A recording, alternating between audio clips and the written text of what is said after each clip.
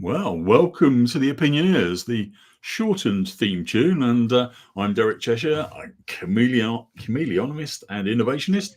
And this is my erstwhile companion, who is. Who Oh, are you? sorry. Are you expecting to explain myself? Yes, Stuart Webb Yes, from. Well, I run a niche consulting firm, Derek, as you know, indeed. which we call ourselves Systemize Me. We are niche, and that means good. And expensive. No, and not as somebody described to me, small. Indeed, yes. Well, I've never described myself as small, that's for sure. I'm not gonna go there. No, and this week's topic was picked by your good self. It was. I think I shortened it very slightly I don't because blame you. there was a limit on the number of characters I could actually put into the event. So the event, as advertised, is: does a loyal team enhance and protect your innovation? So you can So start us shall off. I kick You you you off? kick it Okay. off So because it was listen. your idea. Yeah, listen. I was working with an organisation recently, and we got into this debate, and I was explaining, I think, cogently, enthusiastically to the CEO that he needed to embrace and enhance his team's buy-in to the organisation because that would enhance their innovation schedule. Now he was I don't think he was completely convinced of this, but some of the advantages and reasons for this I just thought it'd be worth exploring. For instance, they had started doing something which we had named Innovation Friday. So today's Friday, the idea being that on a Friday you could put some of the time you have in the week aside in order to pursue a sort of passion project. Now, that passion project was going to lead to certain things that were never going to work, but they were going to lead to things which actually could be useful to the business. And what I was saying to this particular CEO is, you've started this, but those people are going to see value in what they're producing on the Friday. And unless you've helped them to understand how that increases the business and you're going to support it and how you take some of the ideas that come out of that, they will just take it and wander off with it, and they will use it for their own benefit, or they could use some of this time to help a charity, whatever it takes. But having a loyal team means that they are more likely to see that activity on Friday as something that they would get backing from the business in order to improve the business value. So does it mean that if you're going to have these innovations, if you're going to do things like Innovations Fridays, or if you're going to be doing, I've got some other ideas here, open experimentation or cross-department initiatives, unless you have loyal people in the business, you're wasting your time with these initiatives. Yeah, it's not just loyalty, is it? Well, we're talking about loyalty, but I suppose we ought to continue talking about it. But associated with it, if you like, is the permission. You need both permission Permission. to I do love it, it. and you need loyalty.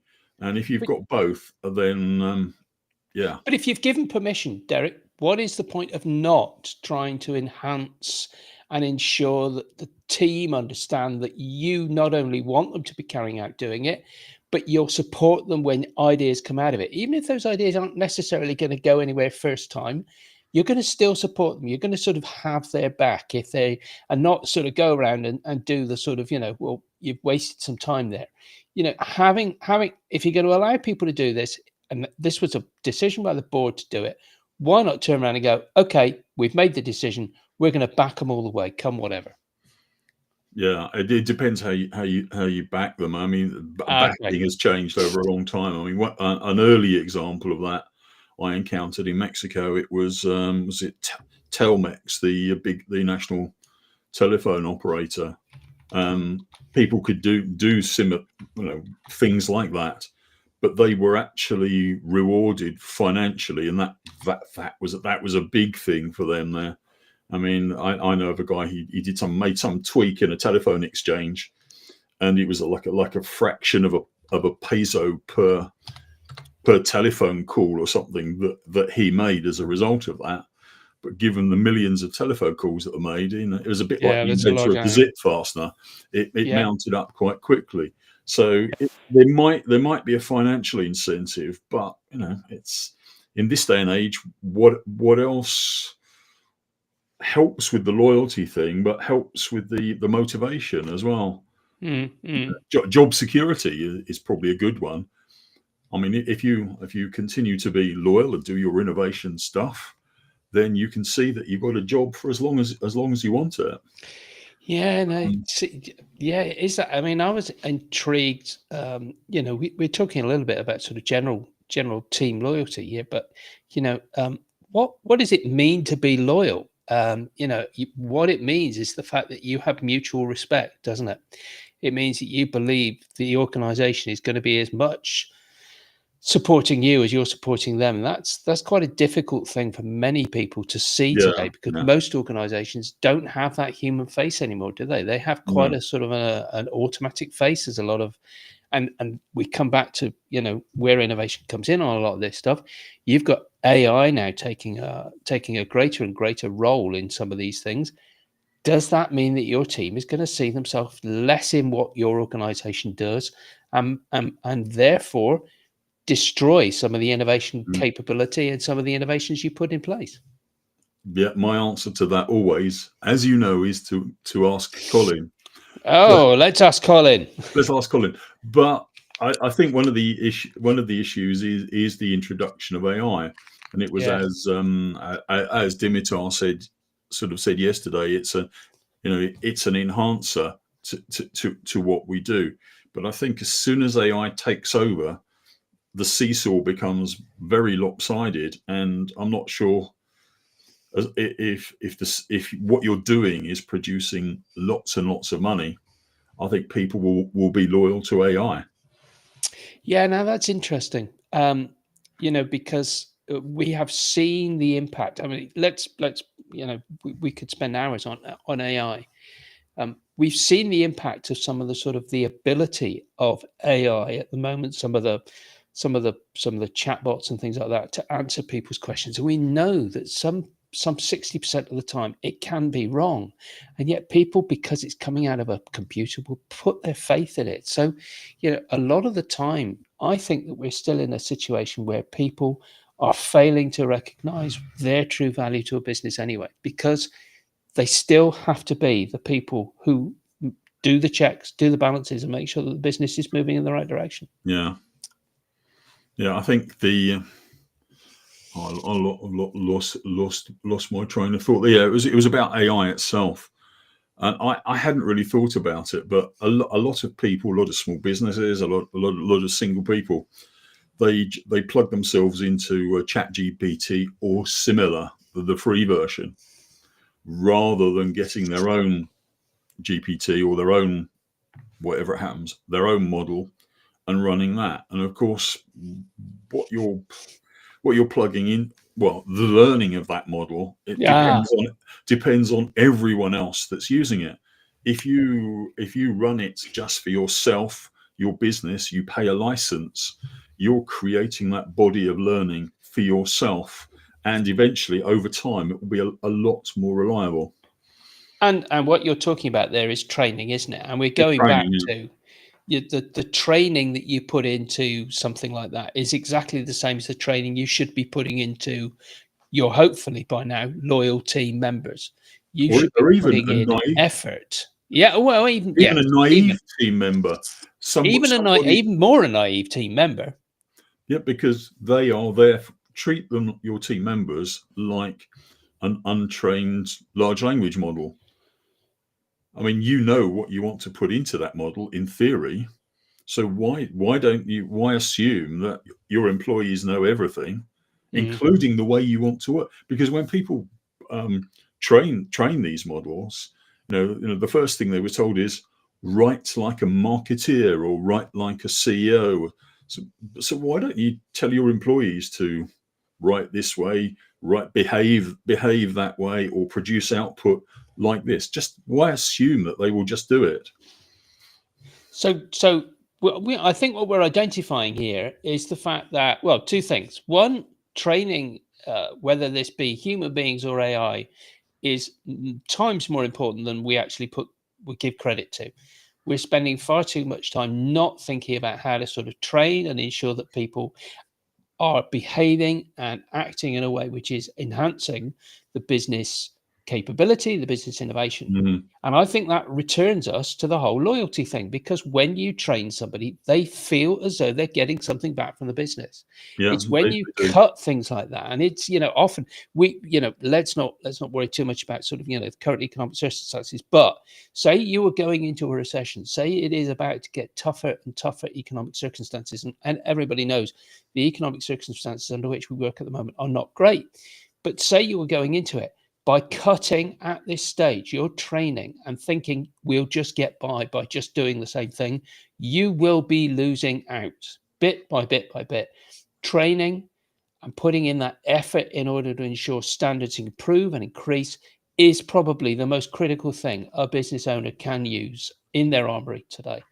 Yeah, because by removing that, I won't mention the name of the comedian again, but you're actually losing your you're losing your adaptability by. Colin is a wonderful member of this team, and I think he should be included in every conversation. Well, we'll give him his own camera next time. But it's but right. that's the problem. Colin is the adapter. He's the adaptable. Is the most adaptable animal around here, isn't he? Possibly. He's more adaptable than me. Well, he did have a friend who got a bit carried away and wandered across a tartan rug, and as we all know, that didn't turn out too well for him. But that's the thing. If you stop doing your training and you stop teaching people, you stop looking after people, then you're losing that adaptability. And I would argue you are losing your ability to innovate. You're using your ability to make change stick, and your business will stagnate. And you and I were talking yesterday on another meeting about how quickly businesses need to change and how long they last if they don't. And we've been seeing that those businesses have been going from sort of lasting more than 30, 40 years down to 15, almost now to the fact that a business turns over and fails within a couple of years. And I have been watching the number of businesses that have huge valuations, that are supposedly hugely innovative, and fail within 2 years. Why? Because people are not investing and thinking about how the people will drive the business forward. The only way to ensure that you actually have a business plan which actually drives the business forward is to ensure everybody is behind it and understands it and operates it. And you can't can't rely on what you think is a great idea. That's a whole topic of itself, isn't it? That's another topic. The idea of planning is just, yeah, and that's why some of these things never get off the ground in the first place, but also why some of them fail, because people try and stick to these outdated, inflexible, horrible plans. Something tells me we have the topic for next month. Yeah, something to do with planning and yeah, indeed. And on that topic, is it possible to plan your innovation? Because for me, I think a plan and a process for innovation is the critical step. Yeah, but it's not. I don't think it's the sort of plan that a lot of people have in their head. Agreed. I think it's the sort of thing that maybe I was talking about yesterday, and when talking about story casting and stories, it might not be in video, it might not be in sort of improv drama, as some people might like. But the point is, those things where you fabricate a story about the way forwards, everybody can contribute. Agreed. And I think that's the that's the idea. Then they can be made more memorable as well. Yeah, I agree. I agree. And people know what they should be doing. So yeah, I agree. So yeah, next month we'll be telling stories. I think that's a great thing to do. Yeah. So, but yeah, that's for next month. But back to our loyal team. Yeah. What are our conclusions? You need loyalty. So my conclusion is, if you are going to drive innovation and you're going to make innovation stick, you need to give something to the people who are actually helping you to drive it. Yeah. Where training, that's an absolute must, but to show them that their efforts are not wasted because you consider them to be part of the push. Yeah. Imagining that it can all be done as a sort of digital change, imagining it is nothing to do with any of the people, it will hamper, it will make your job of making innovation stick 100 times worse. And that leads on to another potentially interesting subject, is the idea of reward for innovation. Those people who are doing it, how do you reward them? Because a lot of them are people who are a lot younger than we are. They like some of them like the ideas of portfolio careers, working for more than one company. Many of them are, I hate to use the term digital nomads, but they're working off beaches in Thailand. Yeah. And well, I know I am. Well, yeah, I got rid of the background because I know it'd make people jealous. But yeah, the idea, how do you reward people? Motivation for innovation, so to speak. But this is, and that is an interesting problem actually, and we may be straying into an area of this, which is where we need to spark up another topic. But for those people that you employ in your business who are digital nomads, they're working in these situations. They are not actually going to be, they're going to be bringing new ideas in, but they're bringing new ideas in from other places where they've worked because they have got a wide range of experience. Now that's brilliant, but they're not going to be around to stick it out and sort of see it embedded. They're just going to come with an idea. You have to then find a way of implementing that. You have to find a way of engaging somebody like that to stay long enough to implement an idea in the business, to actually stick around long enough. And I come back, you've got to be showing that you're giving something back, because they're not interested in being a permanent member of a team, but they are interested in getting something back for their time.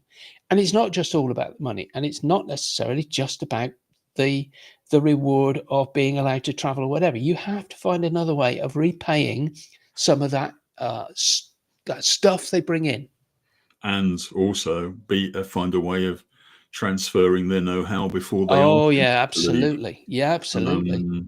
Yeah, so many people I know of people who have left with things in their heads to do with like key things, audio processing stuff in digital signal processors, that people have left with the clever stuff and left a company with the not so clever stuff, and having to reinvent the wheel. It happens. Key stuff, absolutely key stuff. So we have opined. We're up to nearly 20 minutes of opinion. Yeah, we have opined. We have opined nicely, I think, this month. So and I'll be able to chop it all up and feed bits to people over the next month. And next month we'll get together and do the whole thing again. Yeah, the 11th of April, the Friday before Good Friday, in fact. What can I say? It is about the right time for me to think about a deep subject. Have you? I'm not sure you've ever done that, have you? No, I haven't, and I don't intend to start now. So we're going to talk about something you're going to talk about next, or you're going to think about, and I'll leave you to give us a thought about that once you've done that thinking. I will. I will think, and then I will do a bit of knowledge transfer and pass it on. That'll be interesting. It will indeed. I shall look forward to that. Right. So, well, if anybody has been listening, goodbye. If you haven't, well, you can catch it all up on catch up. So, bye for now. That's goodbye.